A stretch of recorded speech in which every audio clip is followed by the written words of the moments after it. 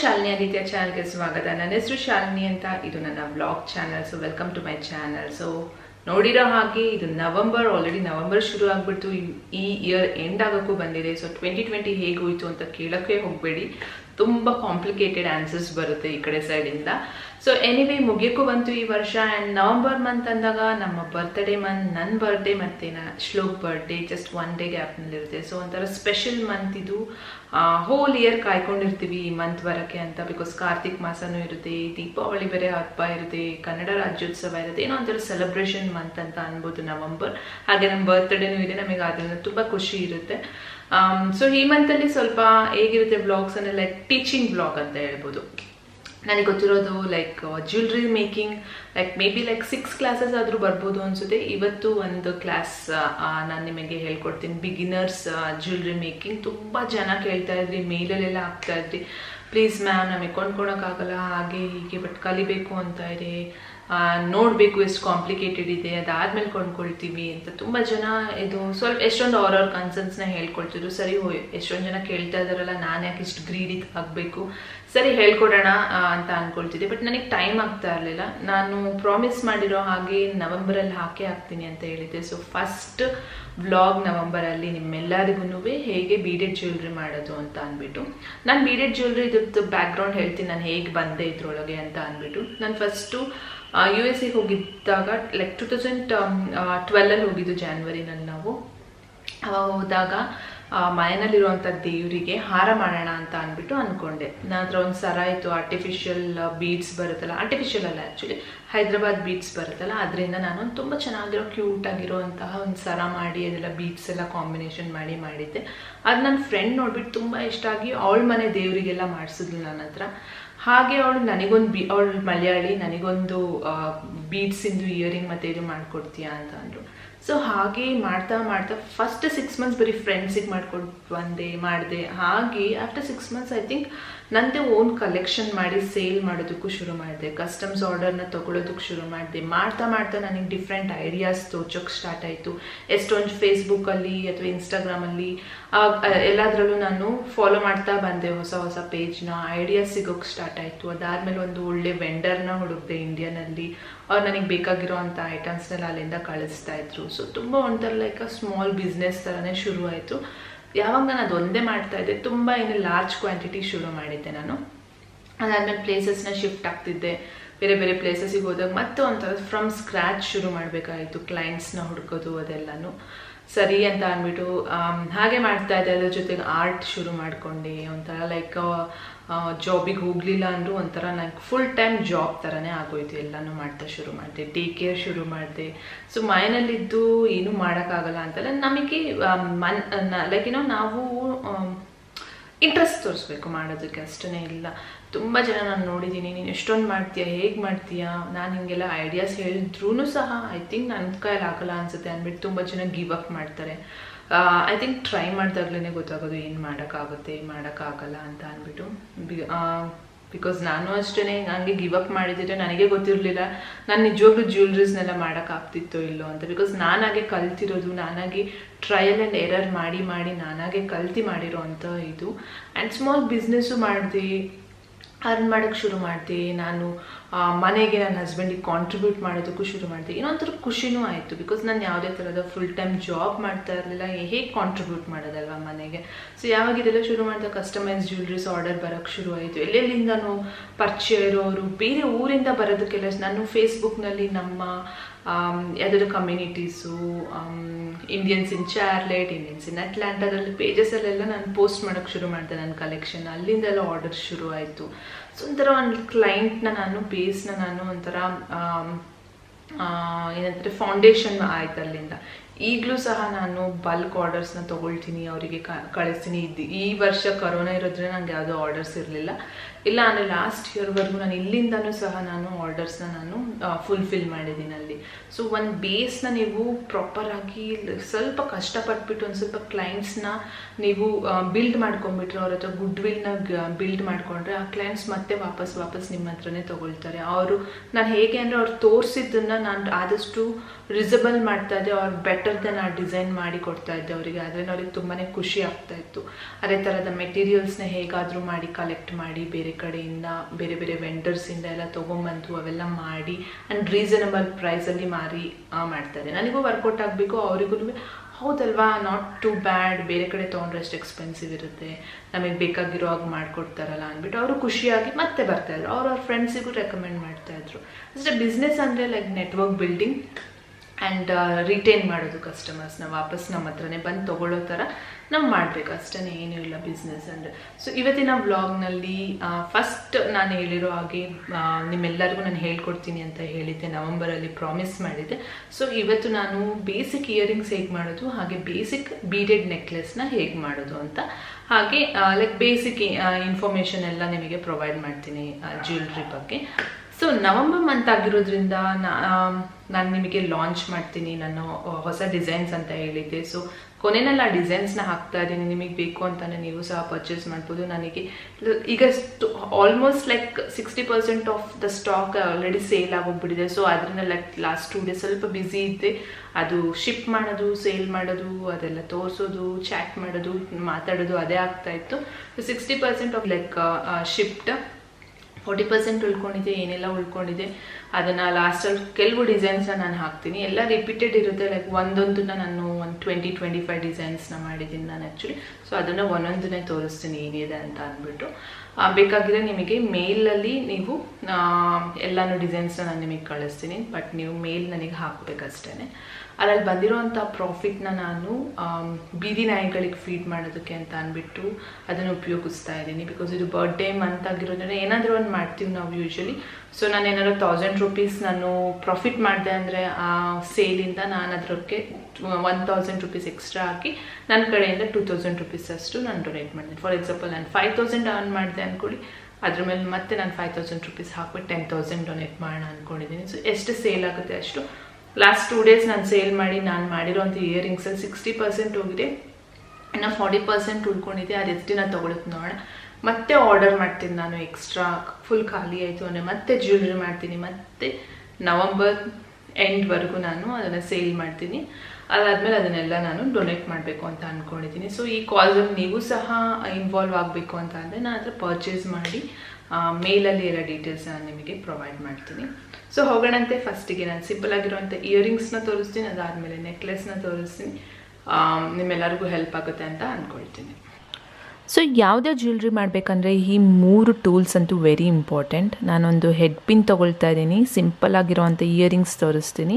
ಆ head pin ಒಳಗಡೆ first ನಾನು ಒಂದು ಜೆಮ್ ಸ್ಟೋನ್ ಬೀಡ್ ಹಾಕ್ಕೊಳ್ತಾ ಇದ್ದೀನಿ. ಅದಾದಮೇಲೆ ಒಂದು ಮೆಟಲ್ ಬೀಡ್ ಬರ್ಡ್ ಶೇಪಲ್ಲಿದೆ, ಇದು ಅದನ್ನು ಹಾಕ್ಕೊಳ್ತೀನಿ. ಅದಾದಮೇಲೆ ಒಂದು ಕ್ರಿಸ್ಟಲ್ ಬೀಡ್ ಏನು ಹಾಕ್ಕೊಳ್ತೀನಿ ಅದನ್ನು ಅಕ್ರಿಲಿಕ್ ಬೀಡ್ ಅಂತಲೂ ಸಹ ಕರೀತಾರೆ. Very high quality acrylic bead, ತುಂಬ ಚೆನ್ನಾಗಿರುತ್ತೆ. ಅದು ಅನ್ಬ್ರೇಕಬಲ್ ಗ್ಲಾಸಲ್ಲಿ ಅಥವಾ ಪ್ಲಾಸ್ಟಿಕಲ್ಲಿ ಮಾಡಿರ್ತಾರೆ ಅದನ್ನು. ಸೊ ಇದನ್ನು ನಾನು ಕಟ್ ಮಾಡ್ಕೊಳ್ತೀನಿ 3.5 to 4 ಸೆಂಟಿಮೀಟರ್ಸು. ಅದಾದಮೇಲೆ ರೌಂಡ್ ನೋಸ್ ಸ್ಪೈಲರ್ ತೊಗೊಂಬಿಟ್ಟು ನಾನು ಟ್ವಿಸ್ಟ್ ಮಾಡಿಕೊಂಡೆ ಅದನ್ನು. ಅದಾದಮೇಲೆ ಒಂದು ಹುಕ್ ಹಾಕಿದ್ದೀನಿ. ಅದಾದಮೇಲೆ ಆ ಹುಕ್ಕು ಬೀಳ್ದಲ್ಲೇ ಇರೋ ಥರ ನಾವು ಅದನ್ನು ಜಾಯಿನ್ ಮಾಡಬೇಕಾಗುತ್ತೆ. ಸೊ ಈ ಥರ ಇಯರಿಂಗ್ಸ್ ರೆಡಿ ಆಗುತ್ತೆ. ತುಂಬಾ ಸಿಂಪಲ್. ನೀವೊಂದು ಇಯರಿಂಗ್ಸ್ನ ನೋಡಿದ್ರೆ ಗೊತ್ತಾಗುತ್ತೆ ಹೇಗೆ ಮಾಡೋದು ಅಂತ ಅಂದ್ಬಿಟ್ಟು.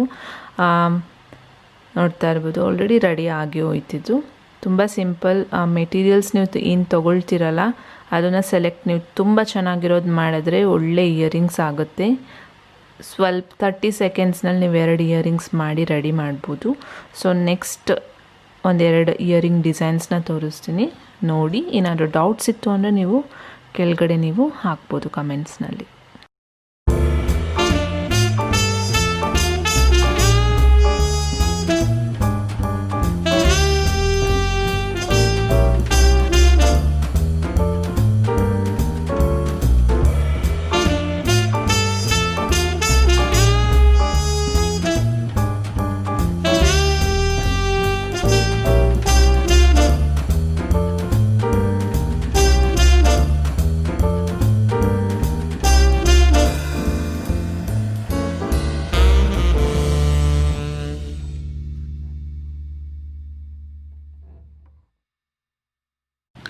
ಈಗ ನಾನು ನೆಕ್ಲೆಸ್ ಹೇಗೆ ಮಾಡೋದು ಅಂತ ತೋರಿಸ್ತೀನಿ. ಬೇಕಾಗಿರೋದು ನಾನಿಲ್ಲಿ ಒಂದು ಹೋಲ್ ಸ್ಟ್ರಿಂಗ್ ತೊಗೊಂಡಿದ್ದೀನಿ, ಬ್ಲೂ ಕಲರ್, ನೆವಿ ಬ್ಲೂಗಿನ್ನ ಲೈಕ್ ರಾಯಲ್ ಬ್ಲೂ ಕಲರಿಂದು ಜಮ್ಸ್ಟೋನ್ ಬೀಡ್ಸ್ ತೊಗೊಂಡಿದ್ದೀನಿ. ಅದಾದಮೇಲೆ ಬುದ್ಧ ಶೇಪಲ್ಲಿರೋ ಅಂತಹ ಮೆಟಲ್ ಬೀಡ್ ತೊಗೊಂಡಿದ್ದೀನಿ. ಎಲ್ಲ ಮೆಟಲ್ ಬೀಡ್ಸ್ ನಾನು ಯೂಸ್ ಮಾಡ್ತಾ ಇರೋದು ಅಥವಾ ಏನೇ ಮೆಟಲ್ ಐಟಮ್ಸ್ ಎಲ್ಲನೂ ಜರ್ಮನ್ ಸಿಲ್ವರಲ್ಲಿ ಮಾಡಿರೋ ಅಂಥದ್ದು, ಆಕ್ಸಿಡೈಸ್ ಜರ್ಮನ್ ಸಿಲ್ವರ್ ಅಂತ ಹೇಳ್ಬೋದು. ಅದು ಎಷ್ಟು ಬೇಕು ಅಂತ ತೊಗೊಳ್ತಾ ಇದ್ದೀನಿ. ಇದರಲ್ಲಿ ಹೇಗೆ ಅಂತಲೇ ನಿಮ್ಮ ಕ್ರಿಯೇಟಿವಿಟಿ ಯೂಸ್ ಮಾಡೋದು. ಪೆಂಡೆಂಟ್ಸ್ ಹಾಕಿ, ಬೀಡ್ಸ್ ಎಲ್ಲ ಹಾಕಿ ಡಿಫ್ರೆಂಟಾಗಿ ಬೀಡೆಡ್ ನೆಕ್ಲೆಸ್ ಒಂಥರ ತುಂಬ ಕ್ರಿಯೇಟಿವಿಟಿ ಯೂಸ್ ಮಾಡ್ಬೋದು. ಹುಕ್ಸ್ ತೊಗೊಳ್ತಾ ಇದ್ದೀನಿ, ಎಸ್ ಮಾರ್ಕ್ ಹುಕ್ಸು, ಆಮೇಲೆ ಜಂಪ್ ರಿಂಗ್ಸ್ ಅಂತ ಇರುತ್ತೆ. ಅದಾದಮೇಲೆ ಒಂದು ಚಿಕ್ಕ ಪೆಂಡೆಂಟ್ ತೊಗೊಂಡಿದ್ದೀನಿ. ಅದಾದಮೇಲೆ ಥ್ರೆಡ್, ಈ ಥ್ರೆಡ್ ಬಂದುಬಿಟ್ಟು ಒಂದು ಪ್ಲಾಸ್ಟಿಕ್ಕಿನ ಥ್ರೆಡ್, ಅದು ಆ್ಯಕ್ಚುಲಿ ಅನ್ಬ್ರೇಕಬಲ್ ಅಥವಾ ಅನ್ಟೇರಬಲ್ ಅಂತ ಏನು ಹೇಳ್ತಾರೆ ಆ ಥರ ಪ್ಲಾಸ್ಟಿಕ್ಕಿನ ಥ್ರೆಡ್. ಅದು ನೈಲಾನ್ ಥ್ರೆಡ್ಡಲ್ಲೂ ಕೆಲವರು ಮಾಡ್ತಾರೆ, ನೀವು ನೈಲಾನ್ ಥ್ರೆಡ್ಡು ಸಹ ಯೂಸ್ ಮಾಡ್ಬೋದು. ಇಲ್ಲಿ ನಾನು ಥ್ರೆಡ್ 2 ಎಳೆ ತೊಗೊಂಡಿದ್ದೀನಿ. ಅದು ಎಂಡಲ್ಲಿ ಅದು ರೌಂಡ್ ಆಗಿರೋವಂತಹ ಒಂದು ಜಂಪ್ ರಿಂಗ್ನ ನಾನು ಅಟ್ಯಾಚ್ ಮಾಡಿದೆ. ಇಲ್ಲಿ ಗಂಟು ಹಾಕ್ಬೋದು, ಇಲ್ಲಾಂದರೆ ಹೇಗೆ ಬೇಕಾದ್ರೂ ನೀವು ಅದು ಹಾಕ್ಬೋದು. ಅದು ಯಾವುದೇ ಥರದ ರೂಲ್ಸ್ ಏನೂ ಇಲ್ಲ ಅಲ್ಲಿ, ಹೀಗೆ ಹಾಕಬೇಕು ಅಂತ. ಅದಾದಮೇಲೆ ನಾನು ಇಲ್ಲಿ ಡಿಸೈನ್ಸ್ನ ನಾನು ಈಕ್ವಲಾಗಿ ಡಿವೈಡ್ ಮಾಡ್ಕೊಂಬಿಟ್ಟಿದ್ದೀನಿ. ಬೀಡ್ಸ್ನ ಒಂದೊಂದು ಕಡೆ 30 ಬ್ಲೂ ಬೀಡ್ಸ್ ಹೋಗುತ್ತೆ, ಒಂದು 6 ಮೆಟಲ್ ಬೀಡ್ಸ್ ಹೋಗುತ್ತೆ. ಈ ಥರ ಹಾಕ್ಕೊಂಡಿದ್ದೀನಿ. ಇದು ನಿಮಗೆ ಹೇಗೆ ಬೇಕೋ ಆ ಥರ ಹಾಕೋಬೋದು. ನಾನು ಫಸ್ಟ್ 15 ಹಾಕ್ಕೊಂಡು 4 ಅದಾದಮೇಲೆ 2 ಅಂತ ಆ ಥರ ನಾನು ಡಿಸೈನ್ ಮಾಡ್ಕೊಂಡಿದ್ದೀನಿ. ಇದು ಎಕ್ಸಾಕ್ಟ್ಲಿ ಕತ್ತಿಗಿನ್ನ ಒಂದು ಸ್ವಲ್ಪ ಲೂಸ್ ಬರುತ್ತೆ, ಎಲ್ಲರಿಗೂ ಸ್ವಲ್ಪ ಚೆನ್ನಾಗಿ ಅನ್ಸುತ್ತೆ, ಸ್ಯಾರಿಗೆಲ್ಲ ತುಂಬ ಸೂಟ್ ಆಗುತ್ತೆ ಇಲ್ಲಂತೂ. ಅದಾದಮೇಲೆ ಈ ಪೆಂಡೆಂಟ್ ಹಾಕೋಬೇಕು. ಪೆಂಡೆಂಟ್ನ ಹೇಗೆ ಫಿಕ್ಸ್ ಮಾಡೋದು ನೋಡೋಣ. ಒಂದು ಜಂಪ್ ರಿಂಗ್ ತೊಗೋಬೇಕಾಗುತ್ತೆ. ಜಂಪ್ ರಿಂಗ್ಸ್ನ ನೀವು ಕೊಂಡ್ಕೋಬೋದು ಡೈರೆಕ್ಟಾಗಿ, ಇಲ್ಲಾಂದರೆ ಮೈನಲ್ಲೂ ನೀವಾಗೆ ಮಾಡ್ಬೋದು. ಎಂಡಲ್ಲಿ ತೋರಿಸ್ತೀನಿ ಅದು ಹೇಗೆ ಮಾಡೋದು ಅಂತ. ಅದನ್ನು ಓಪನ್ ಮಾಡಿ ನಾನು ಈ ಪೆಂಡೆಂಟ್ ಒಳಗೆ ಹಾಕ್ತಾಯಿದ್ದೀನಿ. ಅದಾದಮೇಲೆ ಅದು ಒಂಥರ ಬೀಡ್ ಥರನೇ ಆಗೋಗ್ಬಿಡುತ್ತೆ. ಅದನ್ನು ನಾವು ನೀಟಾಗಿ ಸರದೊಳಗಡೆ ಫಿಕ್ಸ್ ಮಾಡ್ಕೊಂಬಿಡ್ಬೋದು, ಅದರಲ್ಲೂ ಪೋಣಿಸ್ಕೊಂಬಿಡ್ಬೋದು. ತುಂಬ ಸಿಂಪಲ್, ನೋಡೋದಕ್ಕೆ ಎಷ್ಟೊಂದು ಇದೆಯಲ್ಲಪ್ಪ ಕೆಲಸ ಅನಿಸುತ್ತೆ. ಒಂದ್ಸಲಿ ನೀವು ನೋಡ್ಕೊಂಬಿಟ್ರೆ ತುಂಬ ಸಿಂಪಲ್. ಇದು ಯಾರು ಬೇಕಾದರೂ ಮಾಡ್ಬೋದು. ಈವನ್ ಚಿಕ್ಕ ಮಕ್ಳಿಗೂ ನಾನು ಹೇಳ್ಕೊಟ್ಟಿದ್ದೀನಿ ಇದು ಹೇಗೆ ಮಾಡೋದು ಅಂತ ಸರಗಳನ್ನು.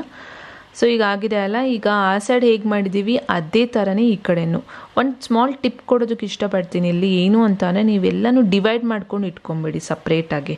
ಯಾಕೆಂದರೆ ಈ ಸ್ಟ್ರಿಂಗಲ್ಲಿ ಎಕ್ಸ್ಟ್ರಾ ಬೇಕು ಅಂದರೆ ಮತ್ತು ನಾವು ಇನ್ನೊಂದು ಸ್ಟ್ರಿಂಗ್ ತೊಗೋಬೇಕಾಗುತ್ತೆ. ಇದರಲ್ಲೇ ನಾವು ಅಡ್ಜಸ್ಟ್ ಮಾಡ್ಕೋಬೋದು. ಒಂದೇ ಸ್ಟ್ರಿಂಗಲ್ಲಿ ಒಂದು ಸರ ಈಸಿಲಿ ಮಾಡ್ಬೋದು. ಲೆಂತ್ ಜಾಸ್ತಿ ಬೇಕು ಅಂದಾಗ 2ನೇ ಸ್ಟ್ರಿಂಗ್ ಬೇಕಾಗುತ್ತೆ ನಮಗೆ.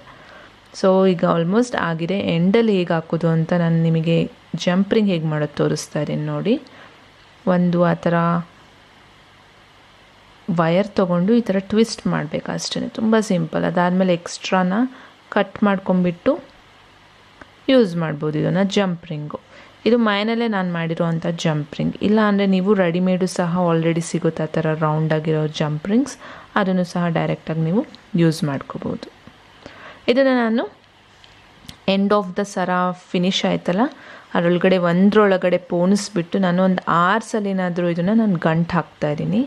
ಇದು ಚುಚ್ಚೋದಿಲ್ಲ ಈ ಥರ ವಯರ್ನಲ್ಲಿ ಯೂಸ್ ಮಾಡಿದಾಗ. ಈವನ್ ನೈಲಾನ್ ಥ್ರೆಡ್ ಯೂಸ್ ಮಾಡಿದಾಗಲೂ ನಿಮಗೆ ಚುಚ್ಚೋದಿಲ್ಲ. ನೈಲಾನ್ ಥ್ರೆಡ್ ಸಮ್ಟೈಮ್ಸ್ ಏನಾಗುತ್ತೆ ಅಂದರೆ ಬಿಚ್ಕೊಂಡು ಬಿಡೋ ಚಾನ್ಸಸ್ ಜಾಸ್ತಿ ಇರುತ್ತೆ, ಅಥವಾ ಹರಿದೋಗೋ ಚಾನ್ಸಸ್ ಇರುತ್ತೆ. ಬಟ್ ಈ ಥರ ಪ್ಲಾಸ್ಟಿಕ್ ಥ್ರೆಡ್ನ ಯೂಸ್ ಮಾಡೋದ್ರಿಂದ ಅದು ನಿಮಗೆ ಹರಿದೋಗೋದಿಲ್ಲ. ತುಂಬ ಒಳ್ಳೆ ಕ್ವಾಲಿಟಿನಲ್ಲಿ ಯೂಸ್ ಮಾಡಿರ್ತಾರೆ ಇದನ್ನು. ಬೀಡೆಡ್ ಜ್ಯುವೆಲ್ರಿಗೆ ಅಂತಲೇ ಸಪ್ರೇಟಾಗಿ ಸಿಗುತ್ತೆ, ಅದನ್ನು ನೀವು ಕೊಂಡ್ಕೋಬೋದು. ಒಂದು 6 ಸಲಿನಾದರೂ ನಾನು ಇದನ್ನು ಗಂಟು ಹಾಕ್ತಾಯಿದ್ದೀನಿ ನೋಡಿ. ತುಂಬ ಇಂಪಾರ್ಟೆಂಟ್, ನಾನು ಕೌಂಟ್ ಮಾಡಿಬಿಟ್ಟಿದ್ದೀನಿ 6 ಟೈಮ್ಸ್ ಅಂದರೆ ಗಟ್ಟಿ. ಅಟ್ ಎನಿ ಕಾಸ್ಟ್ ಇದು ಹರಿದೋಗೋದಿಲ್ಲ, ನಿಮಗೆ ಬೇಜಾರಾಗಿ ಬಿಸಾಡಬೇಕು ಅಷ್ಟೇ. ಹಾಕ್ಕೊಂಡು ಏನೂ ಆಗೋದಿಲ್ಲ ಇದು. ಸೊ ನೋಡ್ತಾ ಇರ್ಬೋದು ಫಿನಿಶ್ ಆಯಿತು. ಇದರೊಳಗಡೆ ನಾನು ಕಟ್ ಮಾಡ್ಕೊಂಬಿಡ್ತೀನಿ. ಗಂಟೆಲ್ಲ ಹಾಕಿದ್ಮೇಲೆ ಎಕ್ಸ್ಟ್ರಾ ಏನಿದೆ ಅಲ್ಲ ಅದನ್ನು ನಾವು ಕಟ್ ಮಾಡ್ಕೊಂಬಿಡೋಣಂತೆ. ಕಟ್ ಆಗಿದ ತಕ್ಷಣ ನಾವು ಇದರೊಳಗಡೆ ಎಸ್ ಮಾರ್ಕಿನ ಹುಕ್ಕನ್ನ ಹಾಕ್ತಾಯಿದ್ದೀನಿ. ನೀವು ಡಿಫ್ರೆಂಟ್ ಸಿಗುತ್ತೆ ಮಾರ್ಕೆಟಲ್ಲಿ. ನಾನು ಯೂಶ್ವಲಿ ಎಸ್ನ ಪ್ರಿಫರ್ ಮಾಡ್ತೀನಿ, ತುಂಬ ಈಸಿಯಾಗಿ ಅದನ್ನು ಲಾಕ್ ಮಾಡ್ಬೋದು, ಬೀಳುತ್ತೆ ಅನ್ನೋದು ಭಯ ಇರೋದಿಲ್ಲ. ಮತ್ತು ಅದನ್ನು ಅನ್ಲಾಕ್ ಮಾಡೋದು ತುಂಬ ಈಸಿ ಇರುತ್ತೆ. ಒಳ್ಳೆ ಕ್ವಾಲಿಟಿ ಎಸ್ ಮಾರ್ಕ್ ಅಥವಾ ಈ ಜರ್ಮನ್ ಸಿಲ್ವರಲ್ಲಿ ಮಾಡಿರೋದು ಅಷ್ಟು ಈಸಿಯಾಗಿ ಮುರಿದೋಗೋದಿಲ್ಲ. ಇದು ತುಂಬ ಫ್ಲೆಕ್ಸಿಬಲ್ ಇರುತ್ತೆ. ಆಲ್ಮೋಸ್ಟ್ ರೆಡಿ ಆಯಿತು. ಎಕ್ಸ್ಟ್ರಾ ಜಂಪ್ ರಿಂಗ್ಸ್ ಆಪೋಸಿಟ್ ಸೈಡಿಗೆ ಹಾಕೋಬೇಕು ಅಂದರೆ ನೀವು ಹಾಕೋಬಹುದು ಎಕ್ಸ್ಟ್ರಾ ಜಂಪ್ ರಿಂಗ್ಸ್. ಸ್ವಲ್ಪ ಉದ್ದ ಆಗುತ್ತೆ. ಲೆಂತ್ ನಿಮಗೆ ಜಾಸ್ತಿ ಬೇಕಂದರೆ ಜಾಸ್ತಿ ಜಂಪ್ ರಿಂಗ್ಸ್ ಹಾಕೋಬೋದು, ಇಲ್ಲಾಂದರೆ ಎಕ್ಸ್ಟ್ರಾ ಬೀಡ್ಸ್ನ ಹಾಕೋಬೋದು. ಆಲ್ಮೋಸ್ಟ್ ರೆಡಿ ಆಯ್ತಿದೆ ಎಲ್ಲನೂ.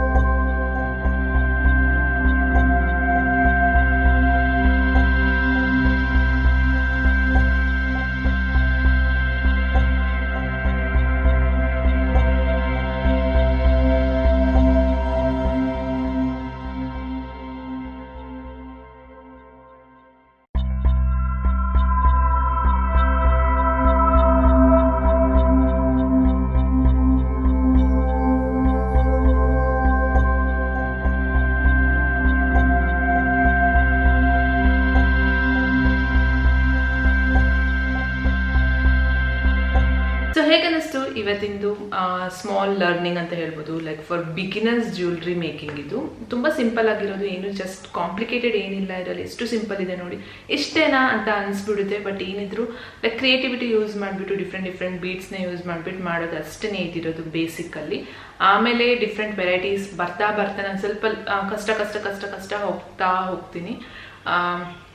ಫಸ್ಟಿಗೆ ಕಷ್ಟದ ಹೇಳ್ಕೊಟ್ಬಿಟ್ರೆ ಮತ್ತೆ ಫ್ರಸ್ಟ್ರೇಟ್ ಆಗಿಬಿಡ್ತೀರಾ, ಜ್ಯುವೆಲ್ರಿ ಮೇಕಿಂಗು ಬೇಡ ಏನು ಬೇಡ ಅಂತ ಅನ್ಕೊಂಡ್ಬಿಡ್ತೀರಾ. ಬಟ್ ಆ್ಯಕ್ಚುಲಿ ತುಂಬ ಈಸಿ, ಜಸ್ಟ್ ಕ್ರಿಯೇಟಿವಿಟಿ ಯೂಸ್ ಮಾಡಬೇಕು ಅಷ್ಟೇ, ಬಿಟ್ಟರೆ ಇನ್ನೇನು ಇಲ್ಲ ಜ್ಯುವೆಲ್ರಿ ಮೇಕಿಂಗಲ್ಲಿ. ಈ ಥರ beaded jewellery especially. I think ನಿಮ್ಮೆಲ್ಲರಿಗೂ ಇಷ್ಟ ಆಗಿದೆ ಅಂತ ಅಂದ್ಕೊಳ್ತೀನಿ. ಮತ್ತೆ ಇನ್ನೊಂದು ಬ್ಲಾಗ್ನಲ್ಲಿ ಇನ್ನೊಂದು ಕಾನ್ಸೆಪ್ಟ್ ಜೊತೆಗೆ ಮತ್ತೆ ನಿಮ್ಮೆಲ್ಲರನ್ನೂ ಮೀಟ್ ಮಾಡ್ತೀನಿ. ಅಲ್ಲಿವರೆಗೂ ಬಾಯ್.